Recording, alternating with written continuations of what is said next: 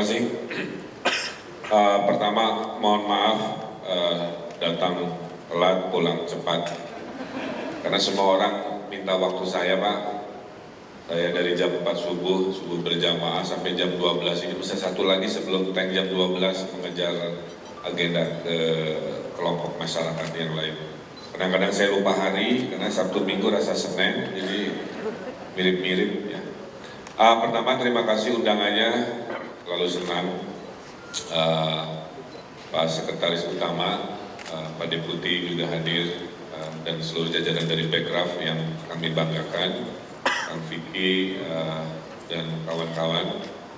Ibu saya, nah kalau hidupnya mau optimis, bergaulah dengan Wali Kota Bandung. Nah, kira-kira jadi saya selalu memandang hidup setengah gelas penuh.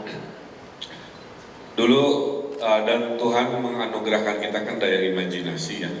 Penelitian menunjukkan sepintar-pintarnya manusia yang namanya profesor itu pemakaian otaknya nggak sampai 20%. Apalagi kita yang bukan profesor kan begitu. Makanya ada sebuah film dulu saya lupa, kalau otak manusia difullkan kapasitasnya itu bisa gila, bisa metafisika kira-kira begitulah ya, yang orang-orang supranatural dan seterusnya. Kenapa saya semangat? Kita lihat Indonesia hari ini. Indonesia hari ini generasi digital, milenial. Penduduk Indonesia 250 juta, yang punya HP 280 juta. Jadi Indonesia adalah negeri yang jumlah HP-nya lebih banyak dari penduduknya. Ngakulah yang ini entrepreneur HP-nya 2, ini mah tablet 1, apa kan begitu kan?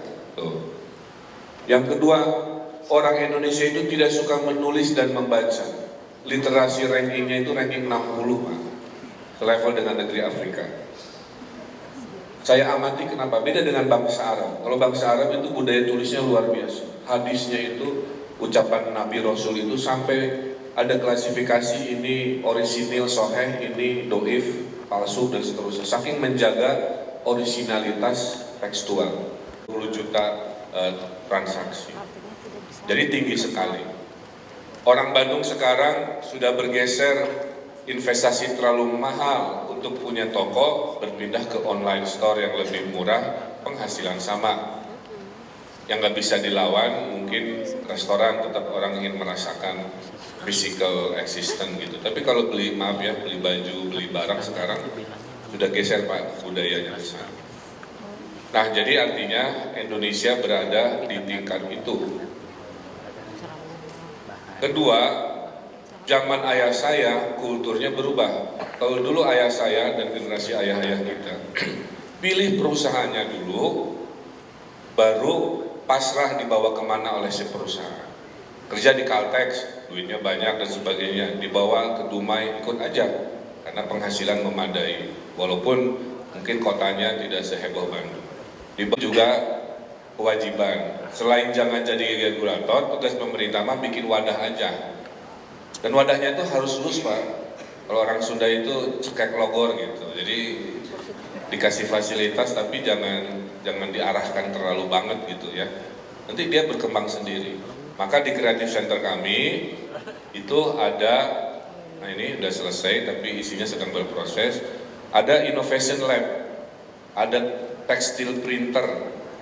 Jadi saya senang sekarang bisa ngeprint batik, gambar sendiri, ngeprint sendiri, jahit sendiri, nggak ada saingan. Bisa sekarang ngeprint yang tas lucu-lucu kayak apa, Visit Barcelona atau I Love Barcelona, I Love Berlin. Kalau kita keluar negeri kan mirip-mirip kan, itu bisa sekarang tanpa harus pusing. Ada 3D printer, ada laser cutting. Pokoknya orang Bandung tinggal datang ke ruangan itu, bawa ide, ternyata idenya keren, bisa diduplikasi, membanyak, jadi duit. Nah ini kira-kira semangat kami di Kota Bandung ya, bahwa Bandung, Jawa Barat, Indonesia itu potensi market luar biasa. Saya akhiri dengan sebuah mimpi besar. Menurut McKinsey, kalau ekonomi kita 5% sampai 2030, kita ini negara ekonomi terhebat ke-6 apa ke-7 sedunia. Ya. Itu 2030, berarti 13 tahun lagi. Ya, not so long future. Tapi 2045 ya 100 tahun Indonesia merdeka, kita bisa juara 3 dengan 3 syarat. 1, ekonominya tidak turun dari 5%. 2, bonus demografi ini kompetitif, karena kita nanti gemuk SDM-nya yang muda. Tapi kalau letoy tidak kompetitif, dia buang-buang resources. Jadi ini kelompok yang udah paling benar, generasi yang kompetitif. Ketiga, jangan ada krisis sosial politik. Kebayangkan pilkada DKI dikalikan 500 lokasi, kan aduh capek kayaknya, kapan kerjanya kan.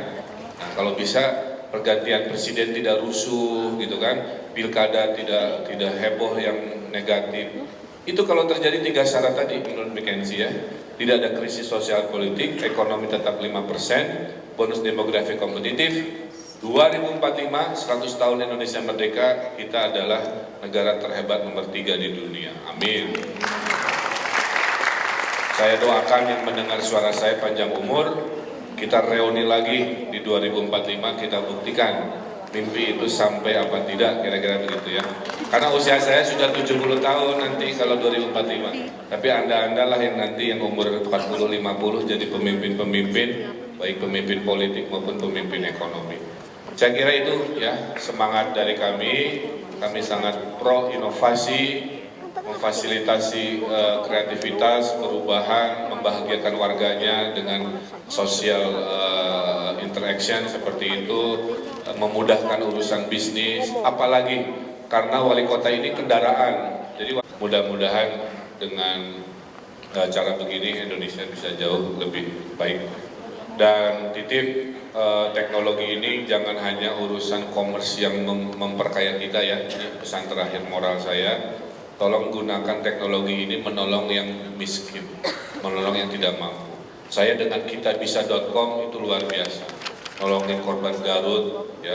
Dalam hitungan hanya 7 hari Pak, saya bisa kumpulin 1 miliar. Hanya modal jempol saya, karena follower saya banyak, alhamdulillah 9 juta. Jadi tolong yang belum follow Ridwan kami. Saya cuma modal jempol Pak, 9 juta follower saya, gabungan dari Twitter, Instagram, Facebook, 1 miliar Pak, cuma 7 hari.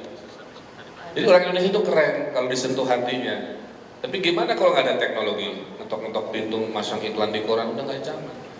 Nah jadi tolonglah teknologi Anda ini ada misi sosial. Selain membuat Anda makmur, sejahtera, bantu. Salah satunya saya mau bikin apps, beli beras. Karena petani itu miskin terus. Beli jualnya 100, dibeli orang Bandung 1000. Yang kaya 900-nya itu calo, mafia, tangkulak. Nah sekarang saya mau bikin kayak GoFood, tapi foodnya itu sembako. Jadi beli orang Bandung, belinya langsung ke Indramayu, dikirim dan sebagainya. Itu insya Allah cara mensejahterakan Provinsi Jawa Barat dalam rangka tahun depan. Biar ada solusi langsung. Saya kira itu saja. Saya mohon maaf. Rindu ini kan habitat saya pada dasarnya, tapi tugas menanti di tempat lain. Atur nuhun, terima kasih. Kue lipstiknya tadi luar biasa, saya promosikan. Inovasinya juga luar biasa. Tetaplah kompak bergaul di lingkungan ini. Saya doakan Bekraf ini sudah luar biasa. Mereka yang mendaftar ke Bisma ya Pak, itu pasti akseleratif dan menjadi tadi generasi bonus demografi yang akan membawa kejayaan Indonesia. Hatur nuhun, selamat siang. Menurut Kang Emil, kita sekaligus doakan apa yang dicita-citakan oleh Kang Emil. Kita berfoto dulu sebentar, Pak. Oke, ini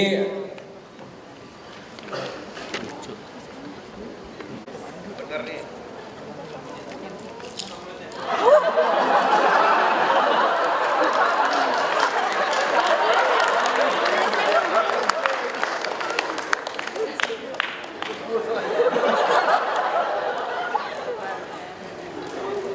Ya, Pak Sestama di sini Kang.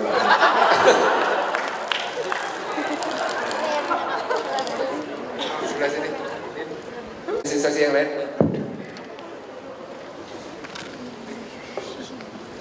Diskusi.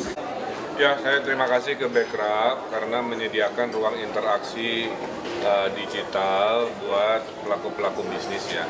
Interaksi kan bisa nongkrong-nongkrong, itu yang saya sediakan. Tapi oleh Bekraf ini, mobile app di HP, kita bisa berkumpul dengan sesama orang-orang yang hebat dalam dunia digital ekonomi lah. Plus karena dimonitor oleh Bekraf, jadi kalau Bekraf ada program pemberian modal, pembukaan pemasaran dan lain sebagainya, itu dengan mudah diinformasikan. Ini yang ditunggu-tunggu, karena selama ini orang kreatif itu berjuang sendiri-sendiri. Nah, dengan berkumpul di ruangan interaksi Bisma ini diharapkan tidak ada lagi kekhawatiran.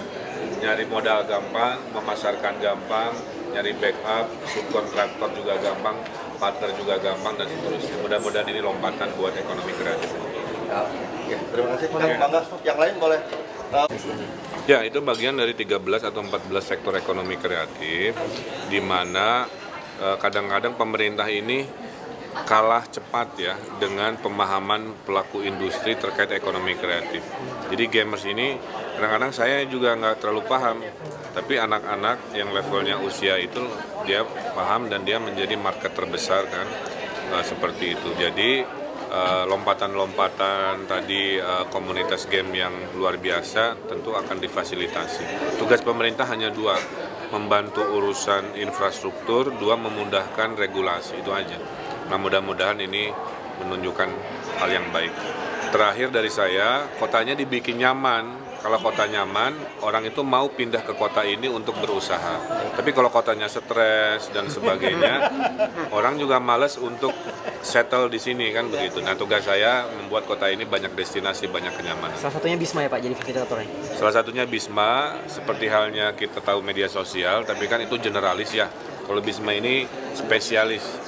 Orang-orang yang sudah punya bisnis, ingin mengakselerasi, nyemplunglah ke sini, apapun pertanyaannya pasti ada jawaban dan dukungan. Terima kasih Pak. Itu